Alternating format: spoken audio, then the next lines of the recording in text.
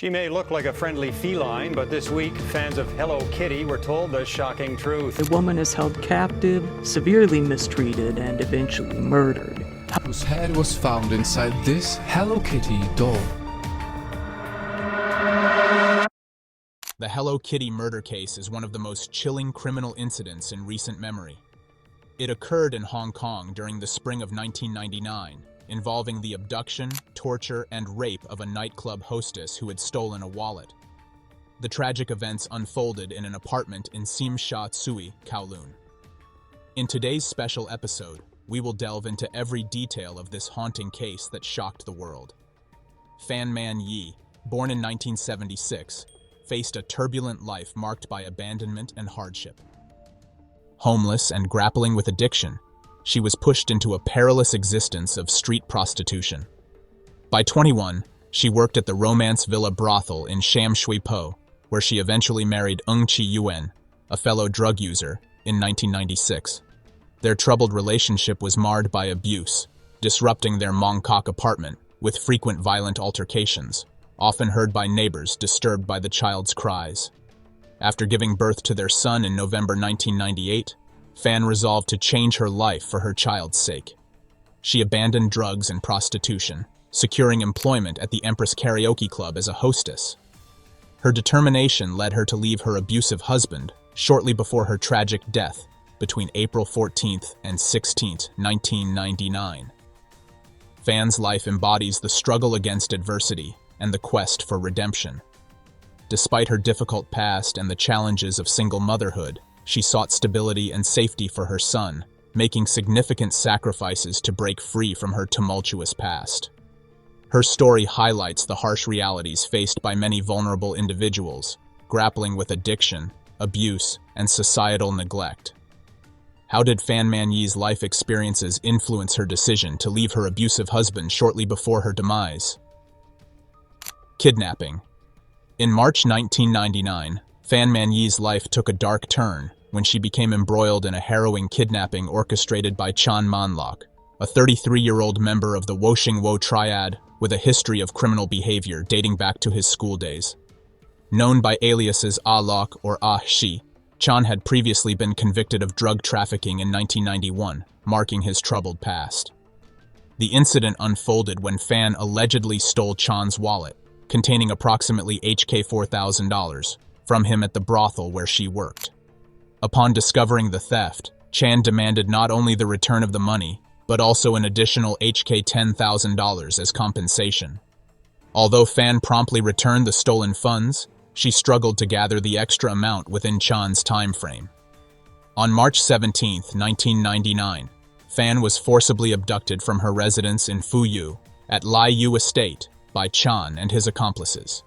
These included Lao Mingfong, a 14-year-old girl whom Chan had reportedly groomed, Liung Wai-lun, known as Gangsta 1, age 21, and Liung Shing-cho, also known as Gangsta 2, possibly 26 years old, and Lao's boyfriend.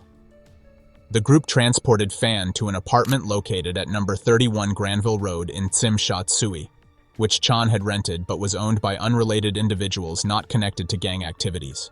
Initially, Chan's plan was to exploit Fan for financial gain by forcing her into prostitution, intending to profit from her captivity. This grim episode of captivity lasted for a month, during which Fan was subjected to unimaginable horrors at the hands of her captors. Ordeal. During Fan Man-yi's tragic ordeal in April 1999, she endured unspeakable cruelty at the hands of her captors, resulting in her untimely death and a gruesome aftermath that shocked Hong Kong. Imprisoned in an apartment at number 31 Granville Road, Shing-cho, Fan suffered brutal torture and repeated sexual assaults. Reports detail horrific acts inflicted upon her. She was beaten with metal bars, hung up and used as a punching bag, and kicked in the head approximately 50 times.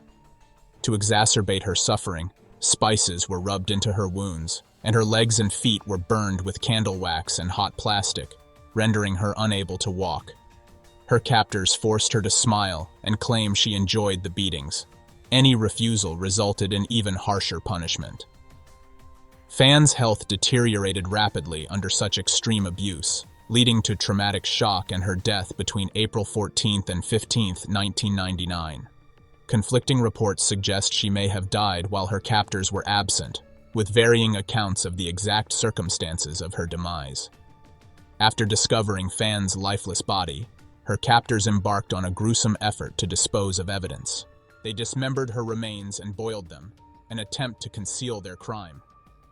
Shockingly, Fan's skull was then sewn into a Hello Kitty doll, filled with dead insects, a macabre detail that captured widespread attention and horror. The investigation into Fan's murder unfolded with grim discoveries across Hong Kong. The investigation was led by officers from the Yau Ma Tei Police Division No. 539, who faced the daunting task of piecing together the scattered remains and evidence left by the perpetrators. Man-lok, the mastermind behind Fan's abduction and torture, was apprehended at his residence in the Shek Ning section of Shek Lei Estate. His wife, initially suspected of involvement, was quickly cleared of suspicion. Meanwhile, one of Chan's accomplices, Wai-lun, fled to mainland China, but was later captured after being placed on Interpol's most wanted list due to passport irregularities. His extradition back to Hong Kong for trial marked a significant step towards justice for Fan's horrific fate. How did the perpetrators justify their heinous actions against Fan Man-yi, a woman who sought only to escape a troubled past and provide a better life for her child? Trial.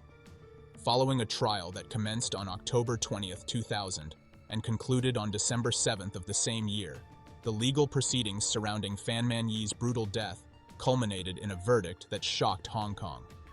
Convicted of manslaughter by a jury vote of 6-3, Man-lok, Wai-lun, and Shing-cho faced justice for their roles in Fan's demise. The jury determined that while the remains recovered were insufficient to conclusively prove murder, they unequivocally showed that Fan had died due to severe abuse inflicted upon her. During the trial, Lau Ming-fong provided crucial testimony in exchange for immunity, shedding light on the horrific events that transpired during Fan's captivity. Despite admitting to dismembering her body, Chan and Shing-cho denied responsibility for her death. Testimony from Chan's wife, Tse Pui-ling, Fan's husband Chi-yuan, and Fan's aunt further underscored the tragic impact of Fan's murder on her loved ones. Justice Peter Nguyen, presiding over the case, condemned the defendants' actions in his sentencing, describing their behavior as exhibiting cruelty, depravity, callousness, brutality, violence, and viciousness rarely seen in Hong Kong's recent history. Each perpetrator received a life sentence with the possibility of parole after 20 years, reflecting the severity of their crimes and the lasting impact on Fan's family and the community. Man-lok and Wai-lun are currently serving their sentences at Stanley Prison. The aftermath of the trial resonated beyond legal circles, drawing attention from media and the public alike. The apartment building where Fan endured her horrific ordeal was demolished in September 2012. In its place, a hotel named Soravit was constructed in 2016. To commemorate the victims and the tragedy that unfolded there, 3 Buddha portraits were installed within the hotel premises. During the investigation, a poignant discovery was made. A necklace belonging to Fan was found in the refrigerator of the crime scene.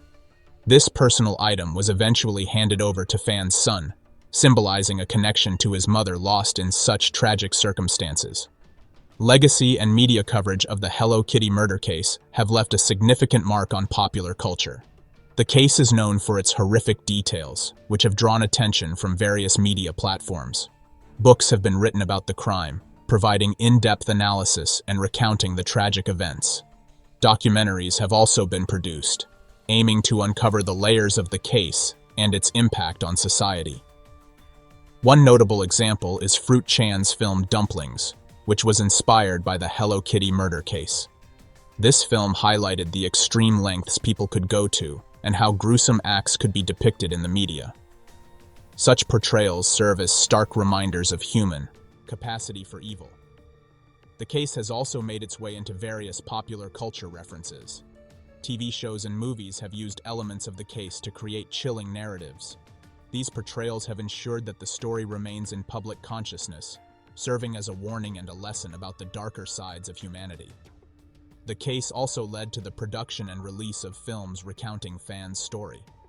Movies such as Human Pork Chop and There Is a Secret in My Soup were released in 2001, reflecting the widespread shock and horror over the details of Fan's abduction, torture, and murder.